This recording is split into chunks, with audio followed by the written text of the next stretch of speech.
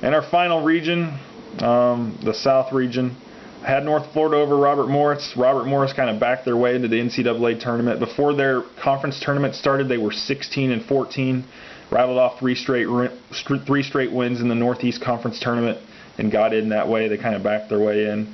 So I thought there wasn't any way they were going to keep it up.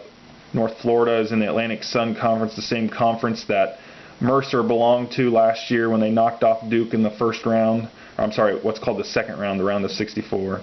And that's the same conference Florida Gulf Coast belongs to. We all know what they did. So I thought Atlantic Sun magic was going to continue, but it didn't. They got beat. They blew a lead. And then I've got Duke beating them. St. John's over San Diego State. I think St. John's has got too much talent for San Diego State. San Diego State has problems scoring the ball at times, and St. John's really doesn't. So I went with St. John's there. Utah and Stephen F. Austin. This was another close one for me. I would have wanted to pick Stephen F. Austin, but I just feel like it's going to be hard for them to do it 2 years in a row to get a first round or a round of 64 win like that. I know they've got a lot of seniors on that team and a lot of experience. Utah doesn't, and that's what's going to make it a close game. But I think DeLon Wright from Utah is going to be the guy that gets the win for Utah. He's a great player. He's an NBA talent, and I think he's going to step up and get the win for him. And then I actually have Eastern Washington over Georgetown. Reason why is because if you've paid attention in the last 5-6 years, Georgetown, when they've been in the NCAA tournament, have gotten knocked off right there in their first game, round of 64, against some bad teams. They were a 3 seed and got knocked off by Ohio, a 14 seed, a few years back. And then their last time in it, 2 years ago, they were a 2 seed and got knocked off by 15 seed Florida Gulf Coast. They just don't seem to perform very well in the NCAA tournament. It's like they don't get up for it for whatever reason. And Eastern Washington is a team that can really make you pay. They love to shoot the three-pointer. And if they hit a bunch of them, you're in a lot of trouble. Indiana had that problem. They played at Indiana at the beginning of the season and knocked them off. So I don't think you can sleep on them. I think this is the best chance at a 13 over a 4. And then we've got 6 seed SMU and 11 seed UCLA. I don't know why UCLA is in this tournament. I couldn't figure it out. I thought Temple or Colorado State was a more suitable team. But they're in there, and everybody's not giving them a chance, which means they're going to play hard, and they're going to try to prove everybody wrong. So I think this could be a pretty close game, and it wouldn't surprise me if they ended up pulling out the win, because SMU doesn't really have much tournament experience at all, actually none. But Larry Brown's a good coach, and I think they barely get the win in the end. Then we've got Iowa State, UAB. UAB didn't, they weren't good enough to make the tournament without winning their conference tournament, and they weren't even like one of the top 2 seeds in that. So I've got Iowa State here.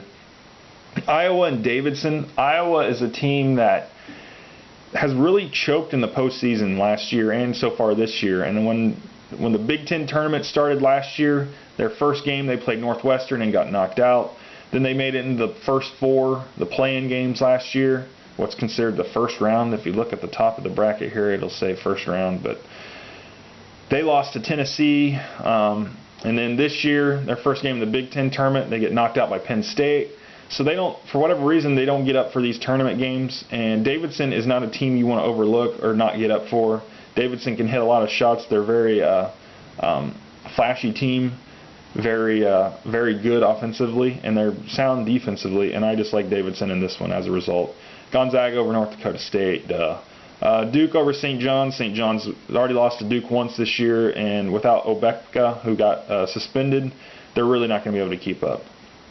And then I've got Utah over Eastern Washington. I think Utah can get it going another game. I think Eastern Washington, thinking that for them to be able to keep up with the three-point shots for 2 straight games, I think that'd be hard. So I've got Utah in this one. Iowa State over SMU. I just really like Iowa State and how they play. SMU, I don't think they'll be able to keep up with them. Gonzaga over Davidson. I think this could be a close game, but I like Gonzaga's depth and their playmakers and all the talent they have. So I go with them. Duke over Utah. Utah is not going to be able to keep it up for much longer. Utah, I don't think, could stop Jahlil Okafor. And then I've got Iowa State over Gonzaga. Gonzaga has burnt me too many times if I put them going too far. So I think it would happen again. So I've got Iowa State over them. And then I actually have Iowa State over Duke going to the Final Four. And Duke's been kind of they have a hard time. Their guards have a hard time guarding, and I think that would be a problem against Iowa State. I think Okafor would be the player of the game for Duke, but I think the way that Iowa State knocks down threes, the way that they play offense, I just really like how they play, and I think it would be a tough matchup for Duke, and that's why I have Iowa State in the Final Four.